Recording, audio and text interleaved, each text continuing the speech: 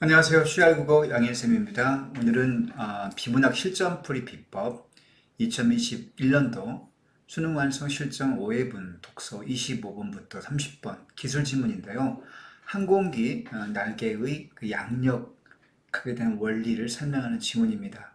좀 어려운 지문인데 문제도 6문제가 실려 있고 좀 복잡할 수 있겠습니다만은 이 정도의 난이도의 문제라면 우리가 이전에 수능 기출문제 중에서 기술치고는 그렇게 어렵다고 볼 수는 없겠습니다. 이런 문제를 쉽게 어떻게 풀 수 있느냐? 쉽게는 풀 수 없겠지만 효과적으로 풀 수 있는 방법에 대해서 우리가 항상 준비가 되어 있어야 하겠죠? 선생님이 그래서 오늘도 이런 약간 지문이 좀 복잡하고 기술적으로 이해가 조금 어려운 이 지문을 시간을 아껴가면서 또 뇌 멘탈의 어떤 보호를 해가면서 문제를 맞춰낼 수 있는 효과적인 방법에 대해서 선생님이 집중적으로 설명하려고 합니다. 혹시 독서에 대한 문제 푸는 방법과 훈련이 덜 되어 있는 학생이라면 선생님 오늘 강의를 통해서 한 번 더 내용을 정리하시고 이것을 연습할 때 꼭 적용해서 할 수 있도록 집중해서 잘 들으시기 바랍니다. 여러분에게 오늘 좋은 선물이 하나 준비된 거라고 볼 수 있겠나요? 그러면 한 번 더 풀이 비법에 대해서 한 번 더 간략하게 설명을 하겠습니다.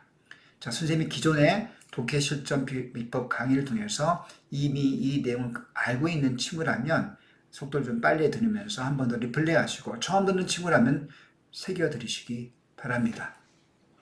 우선요. 이 독서 문제를 풀 때는 문제 유형별로 완벽한 풀이 규칙이 머릿속으로 패턴화가 되어 있어야 하겠습니다. 예컨대 논지전개 방식은요. 앞에 1문단 그리고 2, 3, 4 중간문단의 중심 화제 그리고 끝문단의 화제어, 그러니까 각 문단의 화제어 중심으로 살펴보면 이 문제를 풀 수 있는데요. 특히 첫 번째 문단을 잘 읽는 것이 중요합니다. 1문단의 전체 화제를 집어냈을 때 이 화제가 이 논지전개 방식의 선지의 답과 일치하는 경우가 많다는 것을 여러분이 좀 문제를 풀어본 학생은 알 수 있을 거예요. 그 다음 두 번째 문제. 보통 두 번째 문제는 내용 일치, 불일치 문제가 많이 출제가 되는데 이런 문제는 어떻게 풉니까? 각 단락별로 끊어읽기 해야죠. 끊어읽기. 1문단 끊어읽고 선지를 지우고 2문단도 끊어읽고 선지를 지워가면서 실시간으로 하나씩 지워갑니다. 그래서 중간에 2문단 읽었는데 선지 2번이나 3번에서 틀린 것이 나왔다고 한다면 답을 거기서 결정할 수 있는 거죠. 따라서 내용일치 불일치 문제는 재심을 이은 중간에 우리가 풀어낼 수 있는 문제이다. 선지 5번에 답이 있을 경우는 마지막까지 가야 되는 어떤 문제가 있겠지만 어쨌건 이 문제는 시간을 아껴줄 수 있는 그런 문제 유형에 속하는 거죠. 그리고 쉬운 편에 속하는 문제입니다. 그 다음 세 번째로 핵심 개념어에 대한 이해 문제입니다. 어떤 제시문이든 간에 그 제시문의 중심 화제에 연관된 핵심 개념이 있습니다. 경제면 무슨 수요 공급의 법칙이라든지 법이면 어떤 그 국민의 알 권리와 언론의 어떤 보도 관행, 도덕 윤리, 이런 핵심 개념들이 있겠죠. 그런 핵심 개념들과 연관된 문제가 꼭 출제가 되는데요. 그것을 여러분들 중간에 밑줄이 기역으로 가 있거나 혹은 가로가 있거나 혹은 A, B 이런 식으로 밑줄이 짧게 가 있는 경우가 있습니다. 이런 경우는요, 중간에 이 문제를 풀 수 있겠죠. 그런데 핵심 개념어 가나 기억이나 AP가 3문단에 있다고 한다면 3문단 읽는 중간에 이 문제를 풀어야 되는 거죠. 끝까지 다 읽은 다음에 그 문제를 풀 때 또 한 번 그 3문단에 가서 제시문을 또 뒤져본다면 그만큼 이미 시간이 낭비된 상태이기 때문에 불리합니다. 따라서 핵심 개념 문제는 기억 가나 A, B 위치가 어떤 문단에 있는지를 미리 체크해놓고 그 중간에 해당 문제를 풀어준다 하는 것이 기본적인 방법이 되겠습니다. 그 다음에 보기 문제가 보통 나오죠. 보기 문제는 박스에 개념이 추가됩니다. 개념이 추가되면서 자, 박스에 개념이 추가되거나 사례가 새롭게 제시가 되는데요. 제시문, 원문 제시문 개념과 사례를 비교하거나, 자, 원문 제시문의 개념 A라는 사람이나 A라는 개념이 있다면, 자, 보기의 박스 안에는 새로운 개념 B라는 사람이거나 B라는 개념이 새롭게 추가되게 되겠죠. 그래서 사례를 적용해서 그것을 이해하거나 아니면 자, 새로운 개념어가 보기에 제시될 때에는 추가될 때에는 추가된 개념과 원문 제시문의 개념의 공통점과 차이점을 비교하는 어떤 문제가 출제가 되는 겁니다. 자, 이런 문제는 좀 복잡해지기 때문에 제시문 마지막 문단을 읽고서 맨 마지막에 이 문제를 풀어야 되겠습니다. 자, 그리고 마지막에 있는 문제 유형이 항상 어휘 문제가 나오죠. 이 어휘 문제는요, 뭐 여러 가지 패턴이 있습니다만은 뭐 한자어로 바꾸라, 또는 고유어를 한자어로 바꾸라, 사전적 의미를 묻거나 문맥적 의미를 묻거나 등등의 다양한 패턴이 있는데 이것도 거기 보통 A, B, C, D 기억니은, 디귿니은 5개가 나오지 않겠습니까? 그 5개의 선지를 한꺼번에 쉬운 건 풀 수, 먼저 풀 수 있습니다. 자, 먼저 풀기가 가능하다면 제심을 읽기 전에 먼저 풀어주는 것이 방법이고요.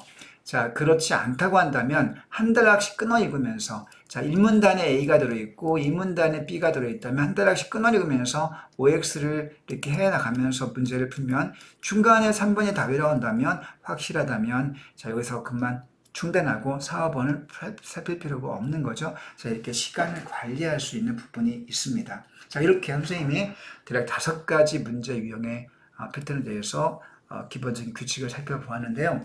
자, 이런 문제 유형별로 풀이 규칙과 나름대로 훈련된 어떤 방법이 두 손에 쥐어져 있어야 되겠습니다. 그래서 빈틈없이 기계적으로 문제를 풀 수 있도록 훈련이 되어야겠고요. 이런 학생들만이 등급이 1, 2등급이 가능합니다. 자, 이제 이게 각 문제 유형별에 따른 풀이 규칙과 패턴화에 대한 어떤 기본적인 개념입니다. 자, 그렇다면 재심을 이제 자, 이렇게 해서 문제 푸는 순서를 정해야 되겠죠. 그래서 근데 첫 번째 문제를 논지 전개 방식의 첫 번째 문제로 풀고, 내용일지 풀일지를 실시간으로 풀고, 핵심 개념은 중간에 풀고, 보기는 맨 마지막에 풀고, 어휘도 실시간으로 풀고, 이렇게 하면, 자, 문제 유형별로 풀이 순서, 문제 푸는 순서가 대략적으로 잡히게 됩니다. 그렇겠죠? 자, 그 문제 푸는 순서를 문제 푸는 순서를 대략적으로 빨리 잡아놓고요. 이거를 잡아놓은 다음에 그 다음에 제시문 읽기에 들어가면 되겠죠. 자, 제시문 읽기의 방법은 선생님들 강조하지만 항상 어떻게 합니까? 끊어 읽기의 방식으로 봅니다. 1문단 끊어 읽고 선지를 지어가고요. 또 2문단 끊어 읽고 선지를 지어가고 3문단 끊어 읽고 핵심 개념 문제 푼다든가 이런 식으로 해당 문제를 풀어주면서 끊어가면 되겠습니다.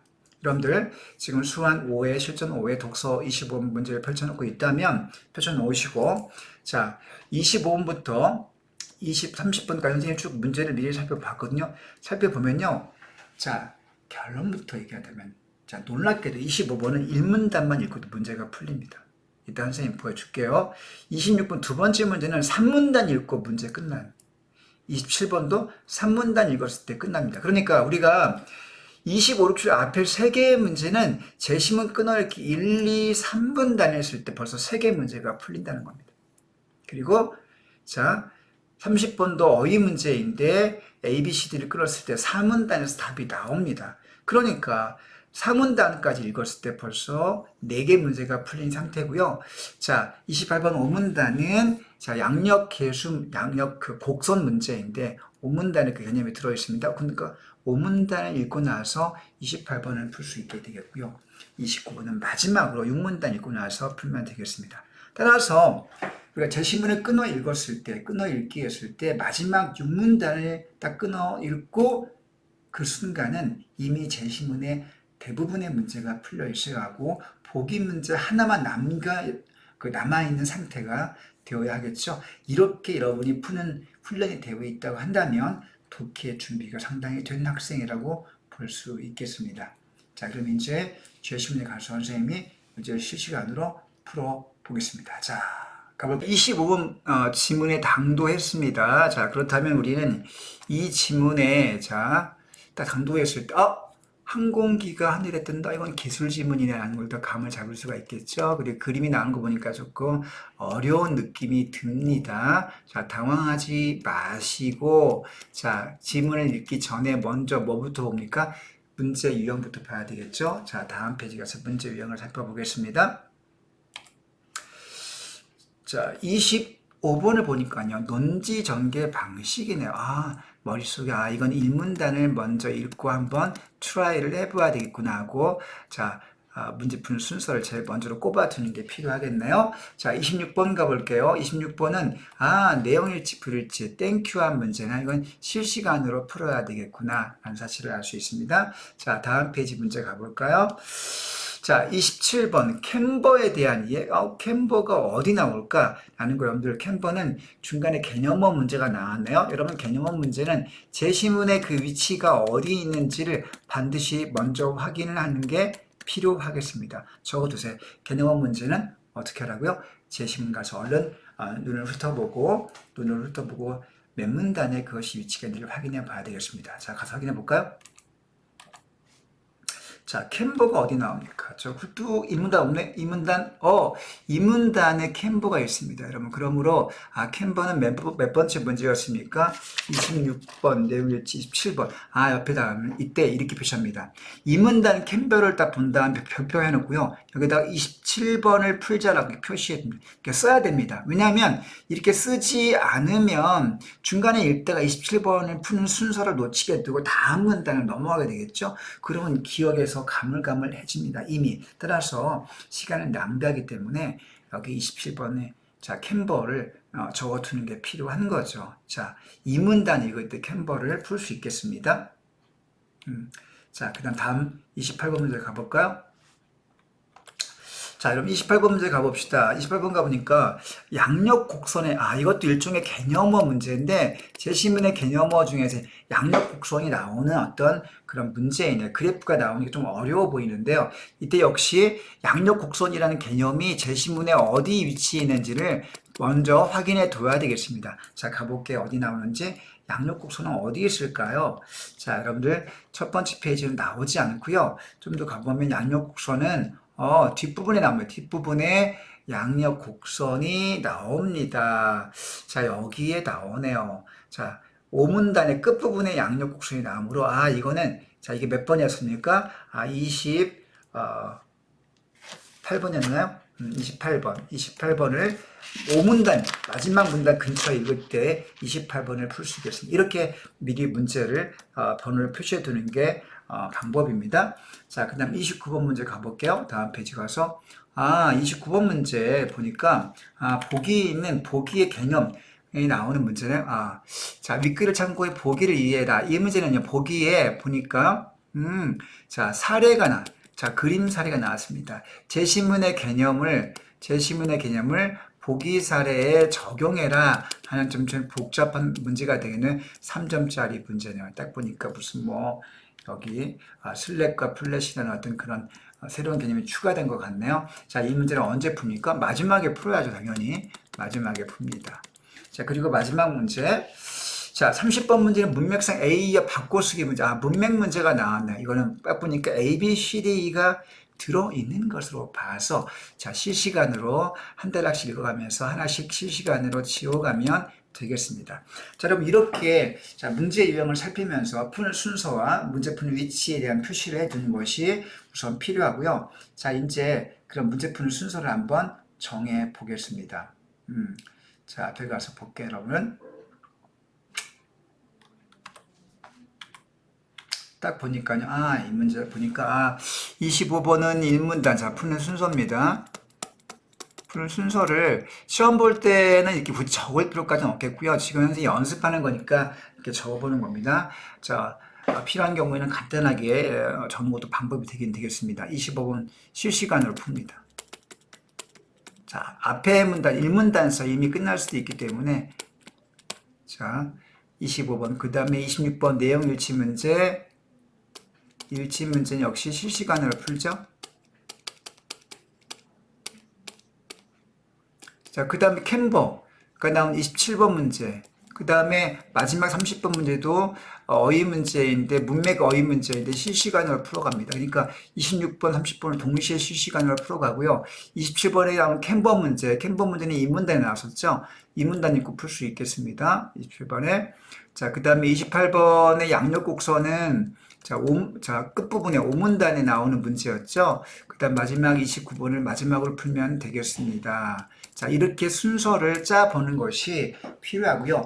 이런 연습을 독해 제시문을 풀 때마다 항상 익혀서 푸는 순서에 대한 훈련이 되어야 하겠습니다. 그래야지만 문제 푸는 능력이 향상되겠죠. 자, 명심하시고 이제 푸는 순서를 정했으므로 그 다음 어떻게 합니까? 자, 이제 실시간으로 한 문단씩 끊어 읽기. 자, 문단 한 문단씩 끊어 읽기 하면서요.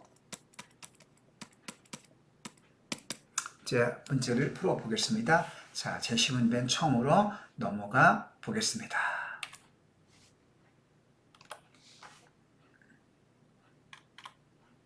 자, 여러분, 1문단 볼게요. 무거운 항공기가 하늘에 뜰 수 있는가? 질문이 나왔습니다. 그러면 질문은 뭡니까? 주로 보통 화제를 제시하죠. 그리고 이 화제가 들어있습니다. 항공기가 무거운데 항공기가 하늘에 뜰 수 있는 이유가 무엇일까?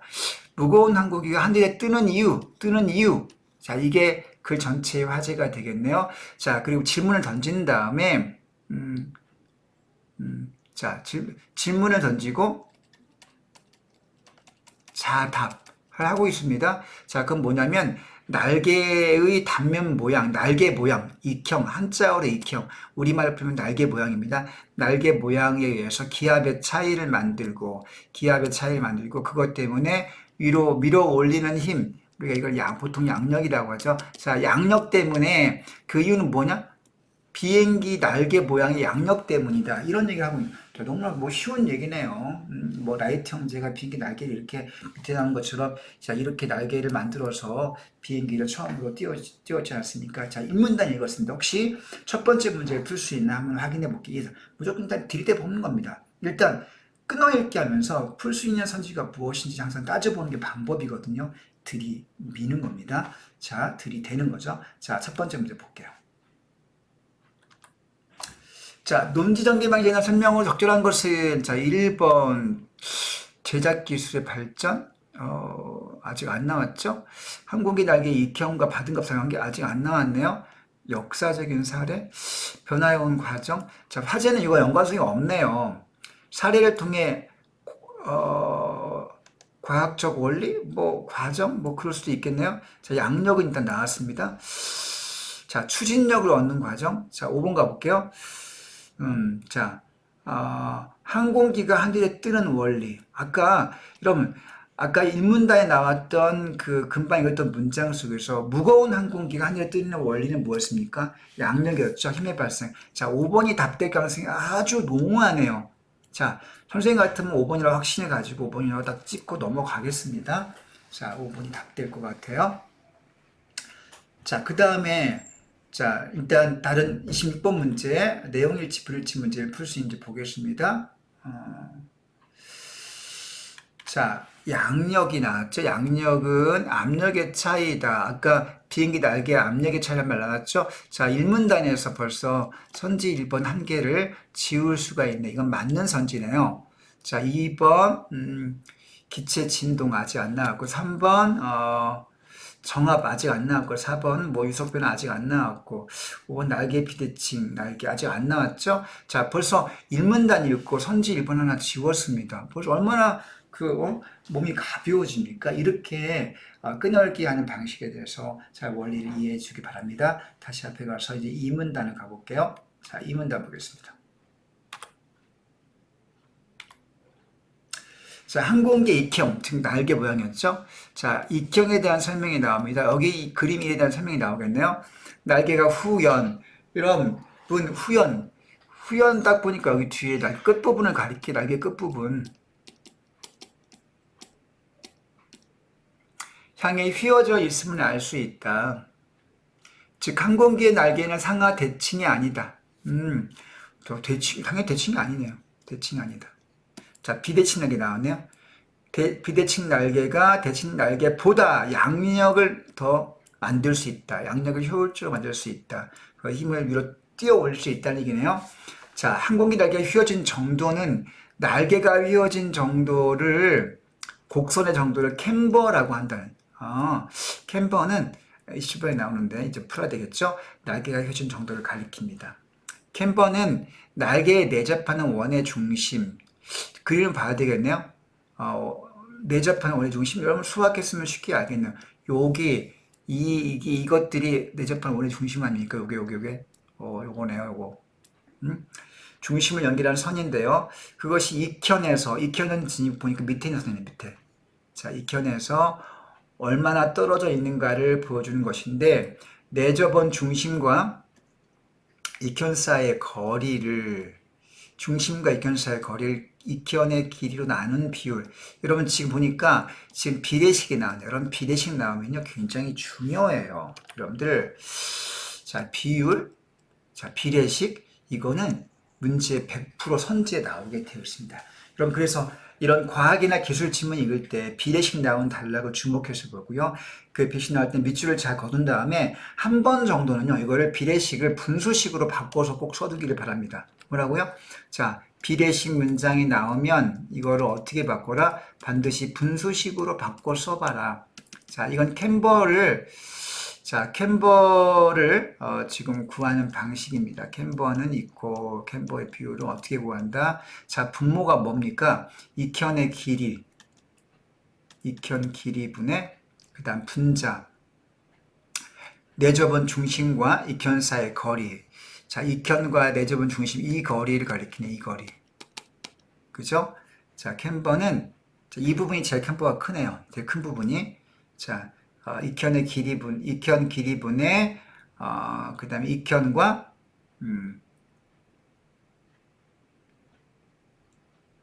내접은 중심, 내접 중심과 익현 사이의 거리.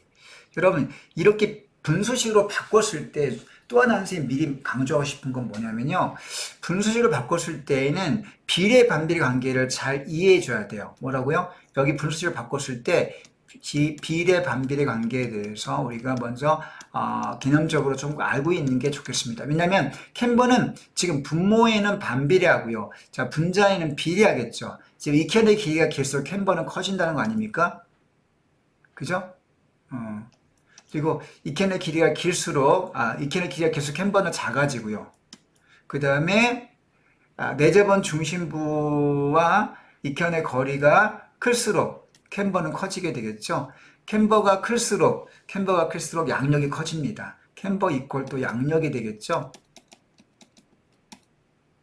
자, 이렇게 비례 반비 관계를 좀 개념적으로 이해해 두는 게 필요할까요? 선생님이 지금 문제를 실전으로 풀면 원리를 설명하고 있지만 이런 기술 지문과 과학 지문을 이해할 때 이해하는 방법의 원리를 좀 추가해서 설명을 하고 있습니다. 자, 그러면 그 다음 볼게요. 따라서 익현의 중심으로 상하 대칭인 날개. 상하 대칭인, 그거 지금 비대칭 날개를 주로 설명을 하고 있는데, 비대칭 날개는 양력을 만들어내고, 대칭인 경우에는 캠버가 0이 됩니다. 캠버가. 자, 그렇게 되네요. 자, 여기까지 여러분 읽었기 때문에 이 문들 읽고 나서 끊어읽기 했습니다. 여기까지 끊어읽고, 자, 한번 가서 보겠습니다. 자, 문제 볼게요.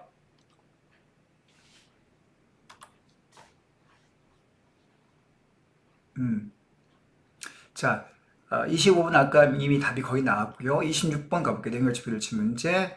자, 아직 선지 2번에 진동은 아직 안 나왔죠. 3번에 정합 안 나왔고요. 4번에 유속변은 아직 안 나왔습니다. 자, 5번도 아직 안 나오네요. 비대칭 날개. 비대칭 날개는 나왔지만 여기 보면 유속이 아직 안 나왔기 때문에 이 문단까지 읽고는 아직 26번 선지를 지울 수 있는 게 없다는 사실을 알 수 있으니까 그럼 어떻게? 자, 아까 우리 캠버 문제 27번을 풀 수 있겠습니다. 캠버 문제 보겠습니다. 자, 여러분 캠버에 대한 이해 적절하지 않은 거 그렇습니다. 이미 우리가 이 문단을 읽었기 때문에 자, 캠버가 0일 때 양력이 발생할 수 있다. 이건 아직은 잘 모르겠네요. 왜냐하면 받음각을 아직 우리가 살펴보지 않았기 때문에 아직은 알 수 없고요. 2번, 날개에 휘어진 정도가 캠버이다. 아까 앞부분에 나왔죠? 이건 쉽게 오케이나요? 자, 항공기 날개 단면이 상하 비대칭, 비대칭인 경우는 0이 아니다. 그렇죠? 대칭인 경우가 0이고 비대칭이 0이 아니겠죠? 이것도 오케이가 되겠습니다. 4번, 받음각이 0, 아직 알 수 없네요. 받음각은 아직 설명이 안 나왔기 때문에 좀 더 가봐야 알 수 있는 선지가 되겠습니다. 자, 선제 5번 보겠습니다. 내접하는 O의 중심을 연결하는 선과 ik현사이거. 이건 아까 캠버를 구하는 공식에서 아까 기억납니까? 자, ik현의 길이분의 내접 중심과 그 다음에 ik현 사이의 거리가 분자였죠. 이 비례식 기억납니까? 자, 이거 구할 수 있겠네요. 자, ik현 사이의 거리. 여기서 원래 중심을 연결하는 선과 거리는 분자. 여기 분자를 가리키는 거고요. ik현의 길이, 아까 분모를 가리키겠네요. 자, 위 분자가 짧고, ik현의 길이가 길수록, 그럼 분자가 짧고 ik현의 길이면, ik현의 길이가 길면 캠버는 작아지겠네요. 반비례관계. 그러니까 분모와 이 캠버 값은 분명히 아까 선생님이 얘기했을 때 반비례관계였죠. 자, 당연히 반비례관계 아닙니까? 따라서 ik현이가 길어지면 캠버는 커진다가 아니라 작아진다고 해야지 맞겠네요. 여러분 어때요? 답이 벌써 나왔네요. 자, 우리가 이문단 하나만 읽고요. 벌써요. 이문단 하나만 읽고 자, 27번 답은 벌써 5번의 답이 나왔다는 사실을 알 수 있습니다. 자, 우리가 아까 2번 지우고 3번 지우고 1번과 4번은 아직 받음각에 대한 개념이 아직은 안 나온 상태이기 때문에 1, 4번은 판단할 수 없는 상태지 않습니까? 그런데 그럼 시간이 더 필요한데 감사하게도 5번에서 아까 캠버에 대한 분수 비례식이 제시문에 나왔기 때문에 그것을 근거로 선지 여부는 판단, OX 할 수 있는 것이고 그러나 지금 쉽게도 지금 문제에서 거꾸로 설명이 되고 있기 때문에 선지에서 답이 벌써 나왔습니다. 자, 이렇게 푸는 거예요. 끝넓게 할 때. 벌써 25번 문제와 27번 두 개가 풀렸습니다. 이 문단까지밖에 우리 읽지 않았지만 자, 여러분 그리고 지금 A와 B 지금 30번 문제도 지금 실시간으로 풀 수 있으니까 A와 B도 선생님 벌써 놓치겠는데 자, 앞에 가서 A 잠깐 보겠습니다.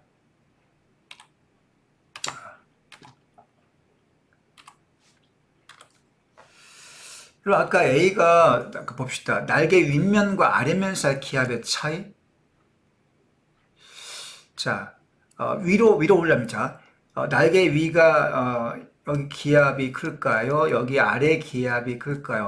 위로 끌어올리려면 그렇죠? 여기 기압이 작아야 되겠네요. 자, 위 기압이 작고 아래 기압은 큽니다. 그래야 위로 올라가겠죠. 자, 기압은 큰데 높은 데서 작은 데로 움직이기 때문에 공기의 움직임이 자, 선지 A를 가지고 문제 30번 한번 살펴보겠습니다. 자, 30번 문제 가서 볼게요.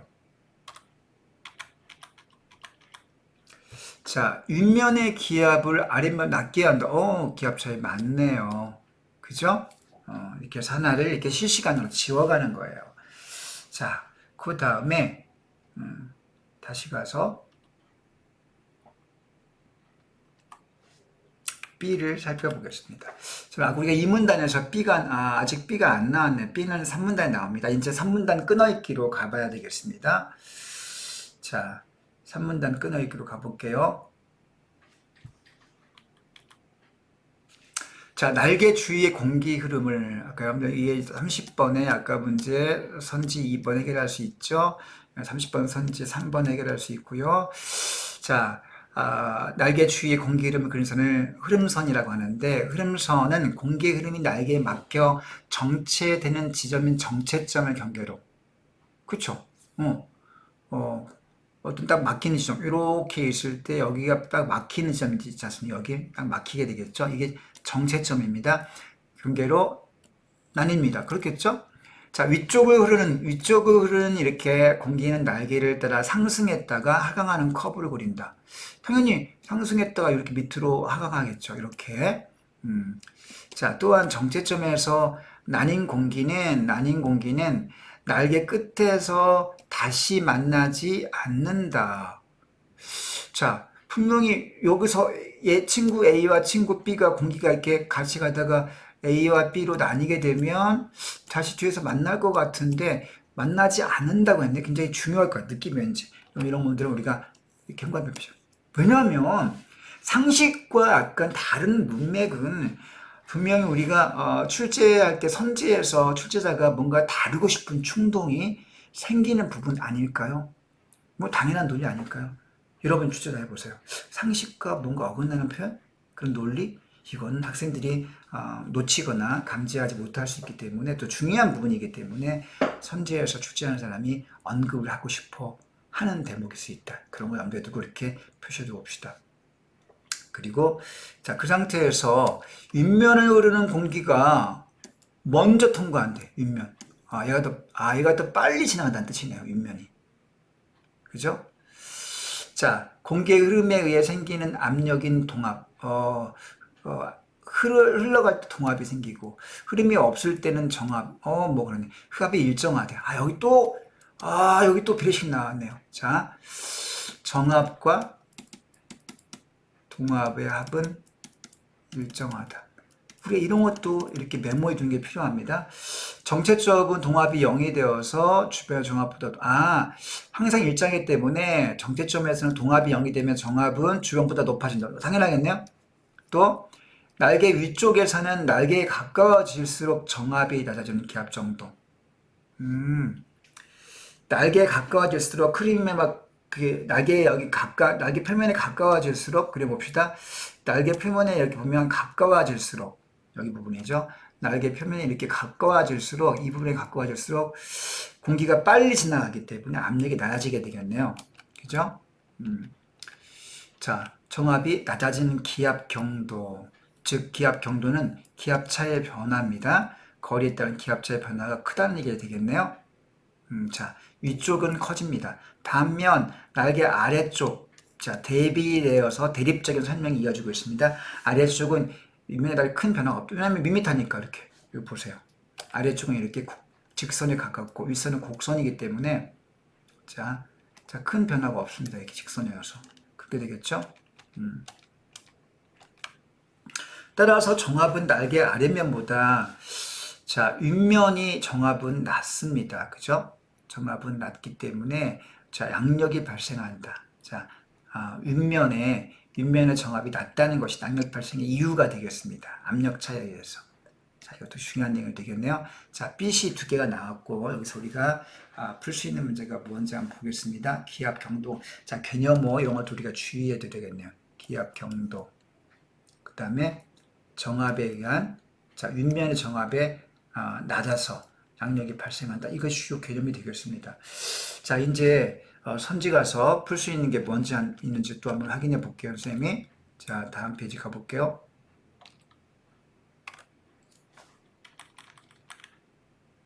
자, 26번 선지를 또 지울 수 있는 게 보겠습니다. 아까 정압 나왔습니다. 지금 정압. 이거 지울 수 있겠네요. 3번에. 자, 산문단에서 이걸 지울 수 있습니다. 공기 흐름이 생기는 압력인 동압, 그쵸? 흐름은 동압 맞습니다. 동압이 낮아질수록 정압은 높아진다. 동압이 낮고 정압, 그쵸? 아까 선생님이 제시문 아까 살필 때 비례식 다 나왔습니다. 정압과 동압의 합은 일정하다라고 했습니다. 항상 일정한데 정압이 낮으면 동압은 높아야 되겠죠. 또 동압이 낮으면 정압은 높아야 되겠습니다. 3번도 역시 맞는 선지네요. 자, 이렇게, 자, 우리가 1번 하나 지웠고, 3번 지금 지웠습니다. 3번 읽었을 때. 자, 선지선 볼게요. 비대칭 날개의 경우에 윗면의 흐름선이 날개 아랫면 흐름선보다 깁니다. 아까 나왔죠? 그렇죠? 아까 이렇게 밑면은 평평하고 위에 이렇게 키워지기 때문에 자, 윗면의 흐름선이 흐름선보다 깁니다. 그죠? 당연히 맞습니다. 앞부분 맞네요. 날개 윗면의 유속이 빨라. 당연히 빠르죠. 그죠? 만난다? 정체점에서 여기서 헤어진 공기가 뒷면에서 아까 뭐라고 그랬죠? 만나지 못한다고 아까 했었네. 기억납니다. 그러니까 산문단에 나온 얘기 아닙니까? 자, 아까 선생님이 일반적인 상식과 어긋나기 때문에 자, 이런 문장은 선지 읽을 때, 제시문 읽을 때부터 주의에 두라고 했지 않습니까? 그럼 우리가 이건 주의해야 되겠는데, 자, 벌써 5번이 여기서 답이라는 걸 알 수 있네요. 자, 그럼 우리가 지금 3문단까지 읽고 1번과 3번, 5번 3개만은 판단할 수 있고 2, 4번은 아직은 우리가 판단할 수 없는데요. 자, 그럼에도 불구하고 선지 5번이 확실히 틀렸다는 걸 3문단의 내용을 통해서 우리가 확신할 수 있기 때문에 3번이 답이, 5번이 답이라는 걸 알 수 있습니다. 자, 여러분 이렇게 푸는 거예요. 이 끊어읽기의 힘입니다. 끊어읽기 하면요. 제시문 있는 그 순간순간 개념을 아직은 머릿속에 저장이 된 상태이고 선명히 기억이 좀 나는 상태이기 때문에 선지에 대한 판단이 헷갈림이 적은 상태에서 OX를 할 수 있고요. 답을 빨리 골라낼 수 있습니다. 따라서 5번이 답이라는 걸 확신할 수 있겠고 우리 2, 4번을 판단하지 않고서도 26번 하나 해결을 했습니다. 그죠? 혹시 다른 문제 풀 수 있는 게 있을까요? 자, 그 다음 문제 보겠습니다.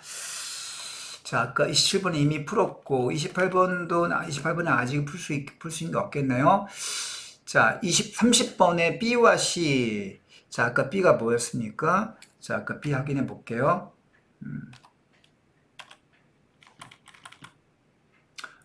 상승했다가 하강한다. 커브를 그린다. 위쪽의 공기. 자, 주어 보니까 위쪽 공기. 정체점의 위쪽 공기가 상승했다 하강한다. 그 B고요. C는 아까 아랫면의 압력이 윗면에 큰 변화가 없다. 자, 기압 정도의 차이가 아랫면은 변화가 없고 기압 강도고요. 문맥 기압 강도입니다. 기압 경도가 아랫면은 큰 변화가 없고 기압 윗면이 날개 윗면이 기압 강도가 차이가 있다. 이런 얘기 되네요. 자, 문제 확인해 볼게요. 자, 30번 선지 이제 2번 보겠습니다. 커브를 그린다. 아까 이제 커브를 그린다. 곡선? 이거 너무나 쉽게 오케이네요. 3번. 아래쪽에서는 압력 차이가 거의 없다고 했습니다. 압력 차이가 거의 없다고 했으므로 기압 경도 형성 안 된다. 맞는 선지가 되겠네요. 자, 4, 5번 2개 남았습니다. 이제 30번도 끊어읽기 하면서 하나씩 지워가다 보니까 우리가 좀 3문단을 읽은 상태에서 4, 5번 2개가 남았는데 앞에 게 다 맞기 때문에 정답은 4, 5 둘 중에 하나가 있겠네요. 자, 이렇게 상당히 가벼워진 상태가 되는 거죠. 자, 그럼 다음 4문단 읽을 차례가 됐습니다. 자, 앞에 가서 4문단 보겠습니다. 자, 왜 날개 윗면에서 기압 경도가 발생하는? 그럼 아랫면은 자, 이것도 머릿속 떠올려 보세요. 그럼 아랫면은 기압 경도가 없다는 얘기가 되겠네요. 자, 이런 것도 우리가 대립관계 개념에서 머릿속에 상상할 수 있는 대목이고 선지에 충분히 나올 만하기 때문에 이렇게 메모해 주는 것도 방법입니다. 왜 발생하나 윗면? 왜 위에 생겨? 아래쪽에 안 생기고? 자, 커브가 일종의 원운동이죠. 커브. 날개에 따라 커브를 그리려면 공기를 항상 중심으로 향한, 그죠? 뭐가 이렇게 커브 그리려면 앞에 구심점이 이렇게 있어야 되겠죠. 구심력의 점, 구심점이 있어야 되겠습니다. 이게 상식이지 않습니까? 자, 구심력이 필요합니다. 쉽게 이해할 수 있네요. 커브를 돌기 전에 기울어서 구심력을 만드는 자전거와 자전거와 비교는 우리가 자전거 탈 때 한번 떠올려 봅시다. 왼쪽으로 하거나 오른쪽으로 돌 때 몸이 왼쪽으로 뉘어지죠. 오른쪽에 뉘어지고, 그렇죠? 자, 이런 구심력을 잡아주기 위해서 몸이 한쪽으로 기울어지는 어떤 경험을 우리 해본 적이 있습니다.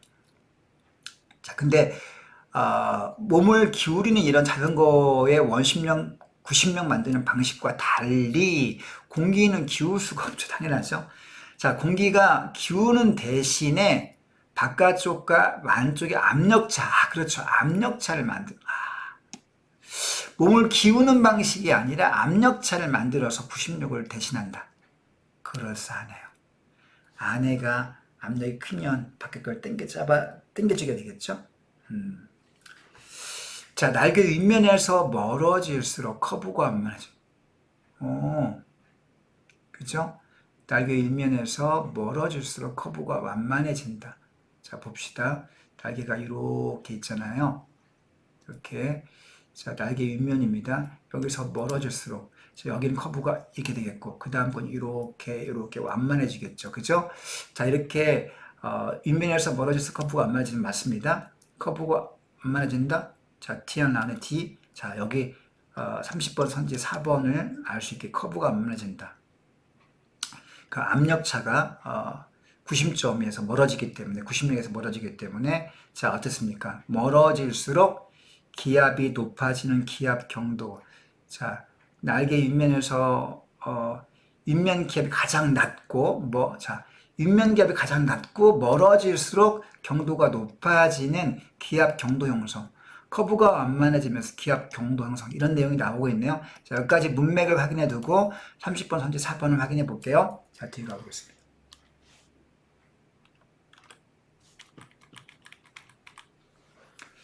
자, 구심력이 강해진다? 여러분들, 멀어질수록 어때요? 구심력이 강해집니까? 그렇지 않네요. 구심력이 어떻습니까? 날개 중심에서 이렇게 윗면에서 멀어질수록 구심력은 그만큼 약해지게 되겠네요. 답이 벌써 나왔습니다. 자, 범인이네요. 땡큐 하네요. 그래. 쉽게 알 수 있습니다. 자, 이렇게 해서 중간중간 실시간을 풀어보다 보니까 30분에 30번까지 벌써 문제가 25번 풀리고 26번 풀리고 27번 풀리고 30번 벌써 4개가 풀렸네요. 남은 문제는 28번 그래프 문제와 29번 보기 문제 2개밖에 안 남았습니다. 이렇게 끈을 하면 굉장히 몸이 가벼워진다는 거. 자, 한 번 더 보셨죠? 자, 앞에 가서 한번 다음 문장 읽어보겠습니다.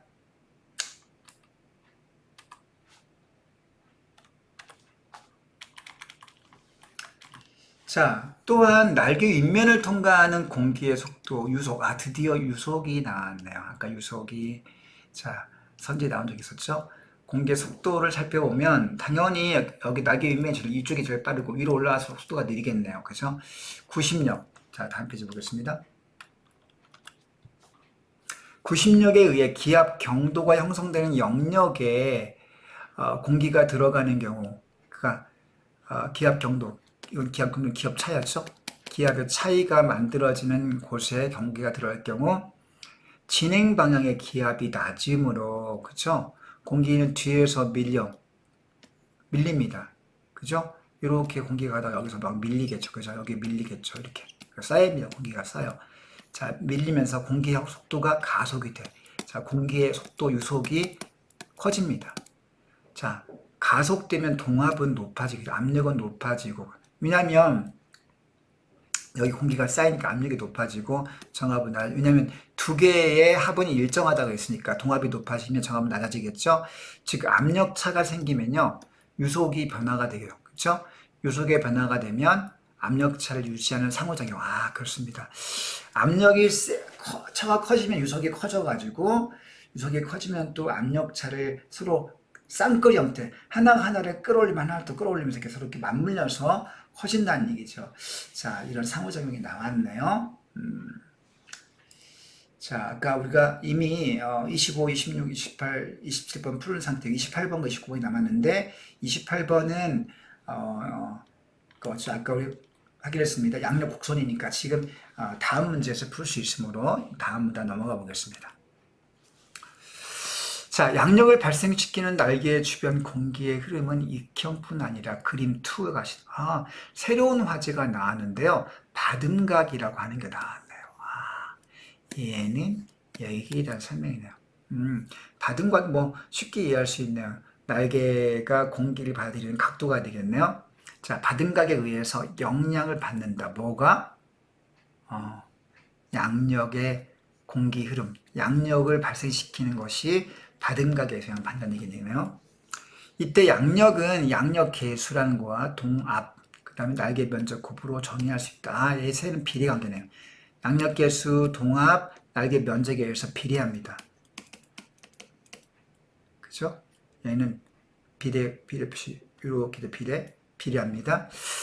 자, 따라서 양력은 동압과 날개 면적이 여기 나왔네요. 동압과 날개 면적이 비례하고, 자, 그리고 동압과 날개 면적이 일정할 때에는 무엇이? 익형과 그 다음에 바듬각에 의해서만. 뻔한 얘기 아닙니까? 자, 익형과 바듬각에 따른 해당 날개 특유의 수치가 양력 계수이기 때문에 당연하죠. 그죠? 익형에 따라서 양력이 달라지겠죠? 자, 받은 각이 증가할수록 양력계수, 중요합니다. 자, 여러분 이런 거 보면요. 받은 각과 양력계수는 무슨 관계? 비례 관계로구나 하는 걸 알 수 있고요. 이때 흐름선의 커브가 커지는 것과 마찬가지로 날개 후방에서 하강 각도가 커진다. 자, 받은 각이 증가하면 어떻게 된다? 하강 각도가 커지면서, 그죠? 그럼 봅시다. 아까 이 수평선의 각도와 이렇게 있는 날개의 이 각도가 받은 각이라고 했는데, 그죠? 받은 각인데, 자, 하강 각도가 커지기 때문에 받은 각이 커지면 이게 커지면 하강 각도가 커지겠죠? 따라서 양력이 증가한다는 얘기입니다. 하지만 받은 각이 자, 받은 각이 증가하면 양력이 증가하고 하강 각도 커진다. 하지만 자, 문맥이 바뀌는 지금 우리가 주의해야 돼요, 여러분들. 이런 거 있잖아, 이런 거 주의해야 돼요. 그죠? 하지만 받은 각이 특정 각도 이상이 되면 조건절 바뀔 때 주의해야 됩니다. 특정 각도 이상이 됐을 때 조건이 바뀌니 결과가 바뀌겠네요. 그죠? 조금 긴장하면서 봐야 되겠습니다. 바뀌게 되면 더 이상 공기가 날개 윗면을 따라 흐를 수가 없습니다. 받은 각이 너무 커지면 어떻게 뒤로 넘어가겠네. 그죠? 뒤로 넘어갑니다. 따라서요. 윗면을 따라 흐를 수가 없게 되고요.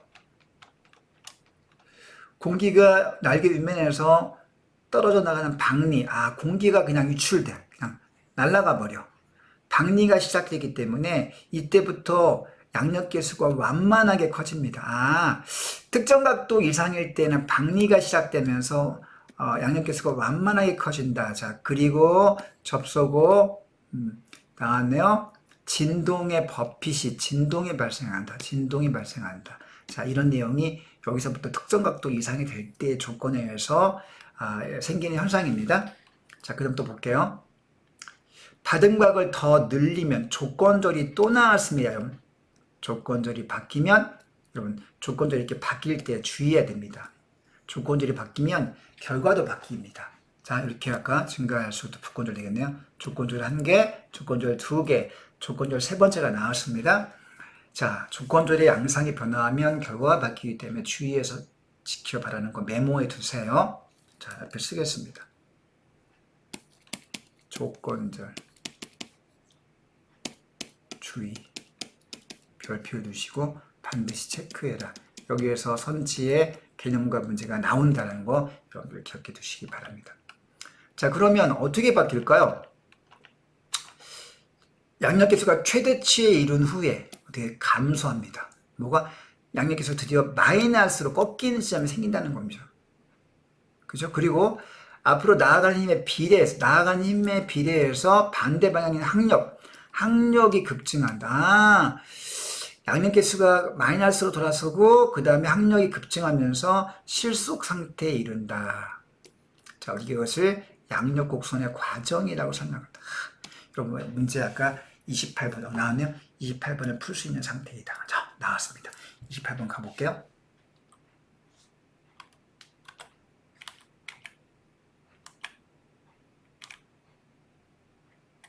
오문단 읽었을 때 양력 곡선이 나왔기 때문에 아까 조건들에 주의해서 문장을 살펴봤죠.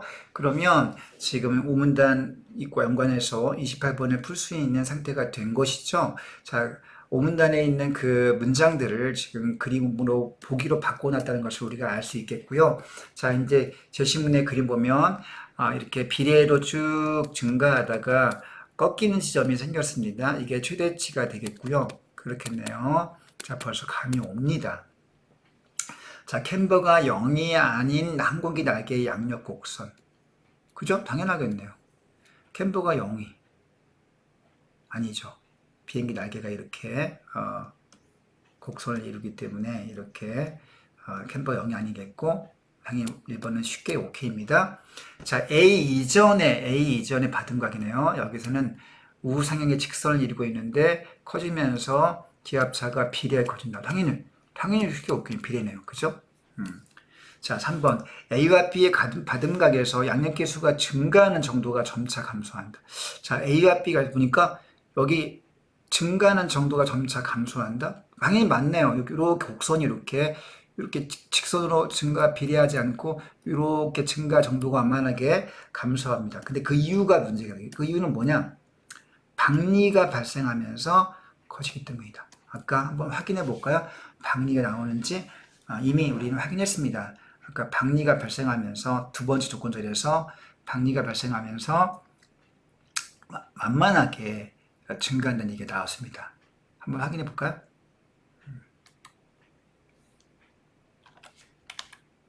그러니까 나왔네요. 여기 특정 각도 이상이 됐을 때 더 이상 공기가 날개 입을 따라 흐를 수 없게 되고 박리가 시작되면서 완만해진다. 맞네요. 양력계수가 완만해진다.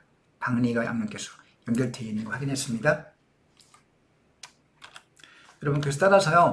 자 여기 선지 3번도 OK라는 걸 알 수 있습니다. 자 4번 B는 학력이 최소가 되는 받음각이다. 자 B가 보니까 여기 보니까 딱 최대치네요. 자 최대치가 되는 제목인데 뭐가 최대치입니까? 양력 계수가 최대치.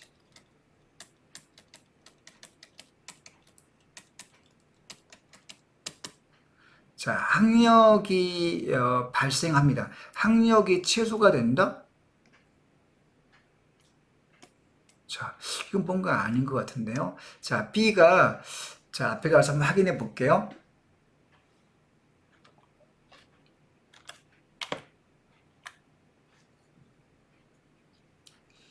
양력계수가 최대치인 지점은요, 받음각을 더 늘렸을 때 생기는 지점인데, 이때, 최대치에 이른 후에 감소할 뿐만 아니라 양력계수는 감소하고, 학력이 급증하는데, 여기서부터 학력이 커진다는 얘기가 나오네요. 학력의 최소가 아니라 커진다고 했습니다.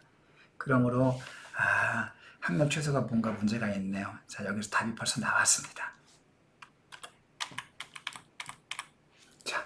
얘가 범인이 되겠네요. 자신이 없습니까? 자, 자신이 없다면 5번까지 봐도 되게 이미 다 왔기 때문에 자, 5번 보겠습니다. C 이후의 받음각은 자, 여기는 이제 최대치에 이른 상태에서 C는 그 다음에 이제 양력계수가 감소하기 시작하네. 양력계수가 이제 감소하게 마이너스로 줄어들기 시작합니다. 자, 여기 C 이후에는 또 존재하지 않죠? 자, 양력을 잃고 실속, 맞는 선지가 되겠습니다. 정답은 4번. 이렇게 해서 5문단까지 읽었을 때요, 이제 28번까지 풀렸습니다. 마지막 26번이 남았습니다. 자, 마지막 단락 읽고 26번을 풀어보겠습니다. 자, 앞에 가서 마지막 단락 읽어볼게요. 자, 익형은 라이트 형제가 처음, 아까 D도 나왔네, D. 그죠? 처음으로 날개를 굽힌 데서부터 날개를 굽힌다. 날개 모양이네 이렇게 그죠? 이렇게 캠버가 있게끔 자 진화해 왔다. 이 경의 변차는 항공기 발전 그 자체가 중요하다. 변차는 중요하다. 뭐 별 내용 없습니다. 자 이제 마지막 문제 가보겠습니다.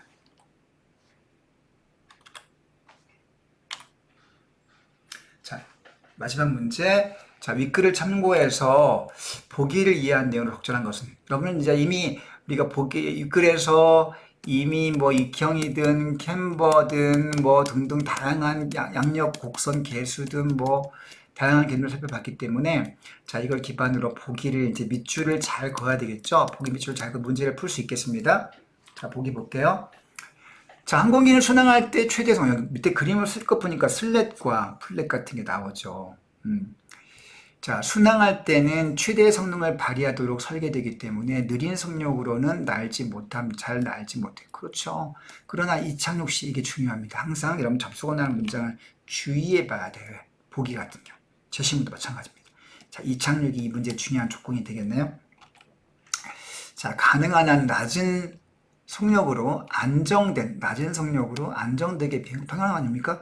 자, 빠른 속력을 했을 때 긴 활주로가 필요하고 제동할 때도 문제가 발생했기 때문에 미주가 없네요. 뭐 뻔한 얘기니까. 자, 슬랙과 플랩은 이런 장치는 느린 속력일 때 안정될 수 있는 장치이다. 느린 속력에서도 안정된 비행을 할 수 있다는 게 슬랙과 플랫의 기본적인 기능이 되겠네요. 그죠? 슬랙과 플랫은 느린 상태에서 안정된 비행을 가능케 한다. 자, 이런 얘기 포인트네요. 자, 그 다음. 자, 아래 그림은 날개 전면에 튀어나온 슬랫. 후연의 플랫. 뭐 그러네요. 자, 슬랫의 기능이 뭘까요? 받음각이 클 때, 받음각이 큰다고 하는 건 뭡니까? 받음각이 크다는 건 날개가 이렇게 높이 되어 있다는 얘기네요. 그죠? 높이 되어 있을 때 날개 아랫면에서 틈을 통해 날개 윗면으로 공기를 흘려보냅니다. 그죠? 자, 여기 이렇게 아래쪽에서 위로 이 그림 나와있네요. 공기의 박리를 줄인다. 박리를 줄인다는 게 뭡니까? 양력을 계속 유지한다. 이런 얘기가 되겠네요. 그죠? 아까 앞에 나왔죠? 양력을 유지한다. 슬랫은 박리를 줄인다. 양력을 유지한다. 자, 후연의 플랩은 큰 곡선, 큰 곡선을 만들어준다. 그러네요. 이 뒤 부분이 생기면서 원래 비행기 날개는 요만큼밖에 안 되는데 요만큼 더 연장이 되니까 그만큼 곡선이 더 커지는 거 아니겠습니까? 자, 구심력을 만들어주고요. 기압 경도를 유지됩니다. 커진다. 자, 확인해 보니까 여러분들 이 슬랫과 플랫의 기능이 알 것 같아요. 슬랫의 기능은 박리를 줄여주고 플랫의 기능은 기압 경도가 커지는 성질을 커지게 만들어줍니다. 이게 이 장치의 기능이라는 걸 알 수 있는. 이렇게 이러면 보기를 읽을 때 그냥 읽으면 안 되고 포인트가 뭔지를 이렇게 포인트 영상으로 확인해 줘야 돼요. 이렇게. 예? 이런 것들을 하지 못하면 밑줄을 긋지 못하면 문제를 틀릴 확률이 많아집니다. 자, 이제 선지를 지워 볼게요.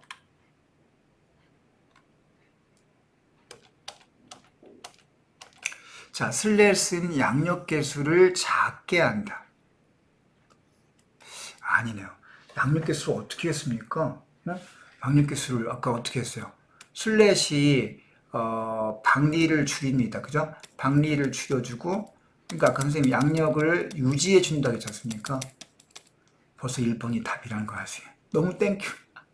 고마워, 문제야. 선지 1번에서 우리 개념을 확실히 알고 있는 상태에서 답이 너무 쉽게 나오는 거죠. 그래서 1번이 범인이네요. 자신이 없습니까? 그러면 여러분은 시간을 죽이고 또 2, 3, 4를 살펴봐야 되겠죠. 이게 실력이 부족한 학생들의 공통점입니다. 예? 자, 아무튼 그럼 아직 이해가 안 된 친구를 위해서 2, 3, 4 살펴보겠습니다. 플랩은 날개 캠버가 커진 것과 같은 거. 캠버가 아까 뭡니까? 양력 개수를 높이는, 캠버가 양력 개수를 만들어주는 거 아닙니까? 양력을 만들어주는 효과가 있죠. 따라서 커브를 크게 한다. 당연해요. 플랩이 있어가지고 이렇게 그만큼 이렇게 길어진 거 아닙니까? 커브를 크게 한다. 2번 쉽게 오케이. 3번. 자, 슬랩 앞에 있는 거. 날개 아랫면에 비해 상대적으로 기압이 낮은, 자, 날개 입면, 너무 쉽게 오케이. 자, 아래에 있던 거를 이렇게 위로 올려보내주니까, 그죠? 아래에 있던 걸 위로 올려보내주니까 당연히 3번 오케이. 4번. 슬랫을 통해 틈을 지나는 공기가 인면에 흐르는 공기의 박리를 줄인다. 아까 나왔죠? 박리를 줄여준다? 맞네요. 더 큰 받음각 강화. 박리를 줄여주니까 어때요? 받음각이 더 크게 이용될 수 있겠죠. 오케이입니다. 자, 5번.